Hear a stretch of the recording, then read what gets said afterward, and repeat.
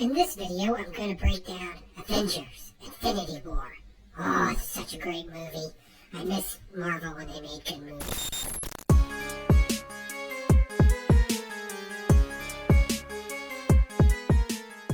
Avengers Infinity War, the crossover event that defined a generation, until it was usurped by the Bridget Jones Extended Universe. The film is a squeakquel, so all your favorites are back.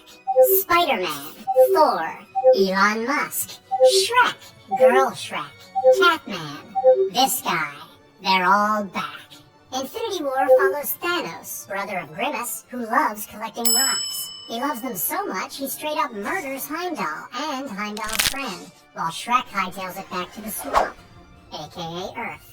He conveniently lands in Doctor Strange's bachelor dojo and tells them winter is coming.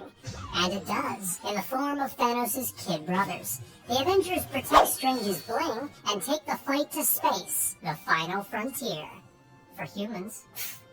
In Scotland, for some reason, Wanda and Cosmo get ambushed.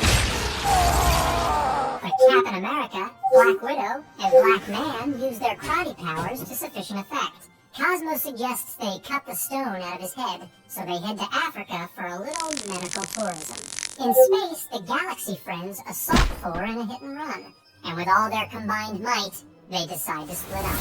Half the crew tries to kill Thanos, but he's figured out their weakness, bubbles. Unlike my weakness, which is Quaaludes. He kidnaps Lady Shrek while Thor and the other guys do arts and crafts with Tyrion Lannister.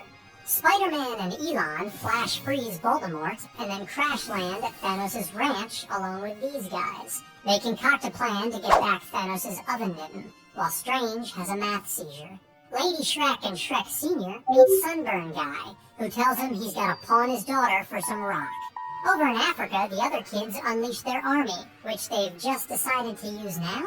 Back on Titan, Thanos returns to make sure he didn't leave the oven on when he's jumped. The SpaceX team nearly takes off his mitt, but Quill finds out his GF has been murdered.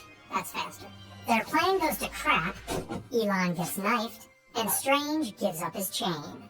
Thor realizes he hasn't been doing anything for half the movie, and Deus Ex Machinas into the battle. Since the Wi-Fi is terrible, Wanda is forced to pop Cosmo's zit. But Thanos arrives and rewinds everything. Because be kind, rewind, man. And with all the stones, he snaps his fingers to that Queen ditty, ba-da-bum, bum, bum. A fat, fat bottom, girls. Avengers Infinity War explores what happens when power is allowed to grow unchecked. Like that thing on your back I've been meaning to ask you about, Karen. Ooh. Thanos possesses many marks of power-obsessed medieval kings, such as a lazy boy. I always hated that chair. Lackeys who talk weird.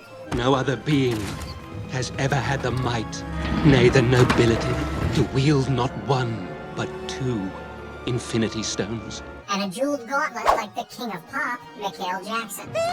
He also acts in accordance with the principle of noblesse oblige, the idea that nobility is duty-bound to perform certain social responsibilities, like genocide. It's a simple calculus.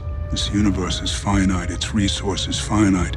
If life is left unchecked, life will cease to exist. That ain't calculus, and I should know. I failed it. Twice. This approach echoes sentiments from English scholar Thomas Malthazar Slytherin in his essay on the principles of human population. Malthazar believed that population could be contained through two methods: proactive checks that increase mortality rates, and preventative checks that decrease birth rates, such as condoms and Birkenstocks. But like any good movie villain, Thanos chooses the option that leads to more toy sales. Thanos. He's a plague, Tony. He invades planets, he takes what he wants, he wipes out half the population. In doing so, Thanos employs the old utilitarian argument that moral choices maximize happiness for the maximum amount of people.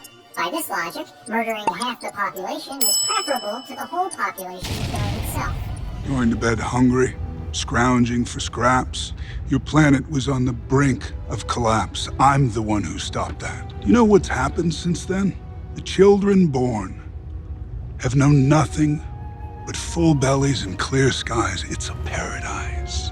Although he could make the universe twice as big. Screw it. Ultimately, the film criticizes both Thanos' unchecked might and his utilitarian ideals, but not his weird tunic and boot combo.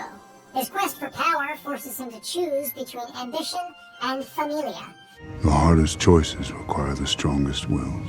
While he achieves his goal, it costs him everything he holds dear, namely his daughter, who's tried to murder him on multiple occasions. Well, that's the end of that one.